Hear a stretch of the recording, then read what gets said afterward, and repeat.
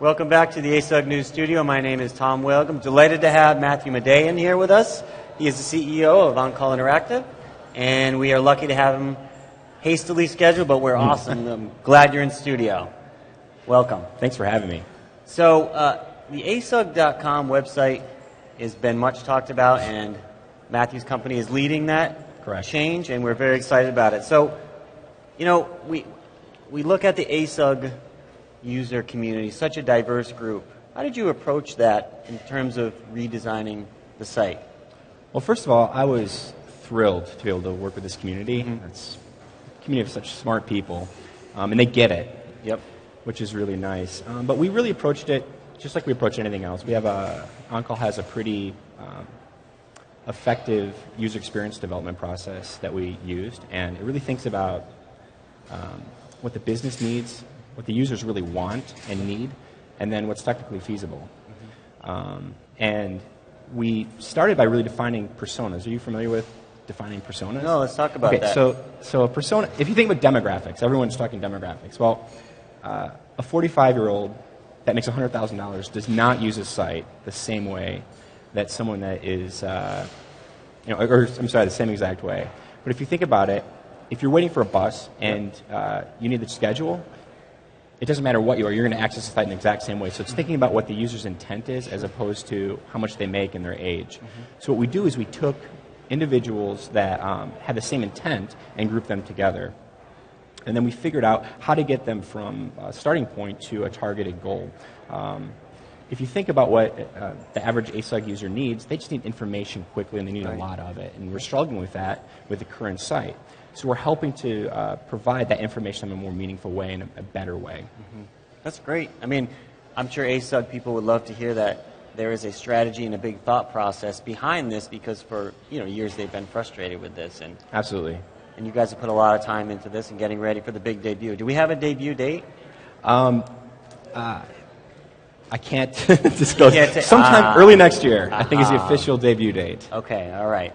So in the larger picture, there's a lot of trends happening with site design. What are some of the things that you're seeing in the big space? Well, you're seeing a lot of mobility. Everyone wants to go to mobile devices. But the trick is to understand mobility, I think. How do you understand mobility? I mean, I've got a mobile device. Think about what your phone is to you. Okay. It's the most intimate piece of technology that you have. Usually you only have one of them, and it goes everywhere with you. It knows more about you than any other piece of technology. So if you develop for, say, a mobile device, you need to develop for that intimacy. Think about the things that you can get, and think about ways to cater the technology, to those things.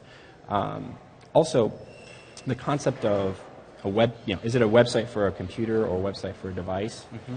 I don't think there's really a separation. Have you heard of adaptive web development? I have not. Do tell. All right, so here we go. So instead of thinking about the different devices, what you do is you think about what the screen size is and what the capability of the devices are, and then you display the content in a meaningful way.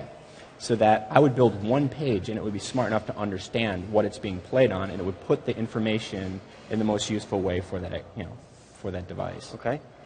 So you're going to see a lot more pages that you're going to have one site that will cater to the different devices. Great.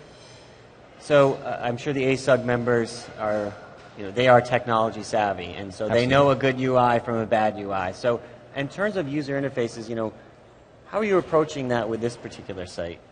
Well, what you have is you've got defined patterns in which people use to browse sites. And depending on the type of site, the browse pattern is actually different. You have 0.5 seconds to get, it's basically to attract that user. If you look at your bounce rates, you're having problems with bounce rates, that's because you lost that first 5 seconds, or 0.5 seconds. So what you do is, a good UI will cater to the way that people want to get information. With normal web pages, a lot of times for an e-commerce site, you'll see an F pattern. So right on the top, you better actually have something that's meaningful that lets someone know that, yep, this is the right spot, I'm on the right page. And then you have to understand how they browse, and you'll see the right things placed in the right parts of the site so that it feels natural, and they understand how to go through the process of the site to get from first impression to hopefully an evangelist of the site. Okay. And we're using a lot of that with the new ASUG site. It's good to hear. Now, ASUG also has a bunch of other sites kind of loosely Yes. coupled, including ASUG News, which we of course know and love.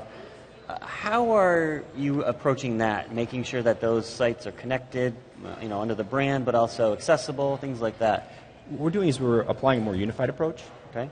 So instead of thinking of it as ASUG.com and ASUG News, what we want to do is provide information, useful information to our users, and we're creating technologies that allow you to, say, search in one place, but find information anywhere within any of the sites.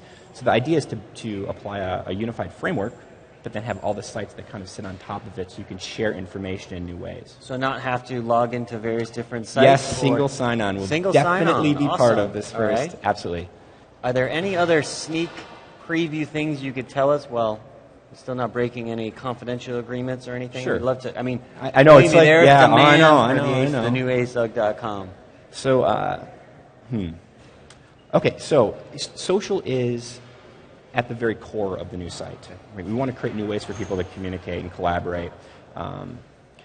So what we're doing is, one of the ways that we're organizing content is by using something called a folksonomy. Have you ever heard that term? No. It's a newer term, right?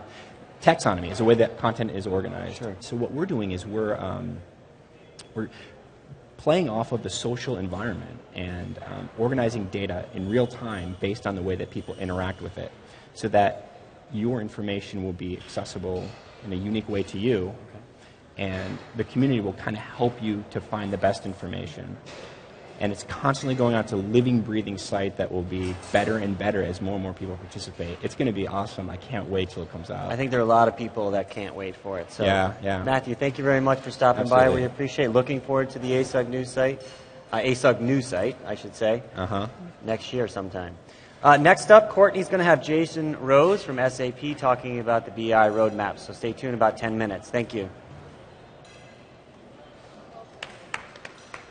Very good job. You did great, Really? man. All right, thanks, buddy. Appreciate it. Good. I was a little bit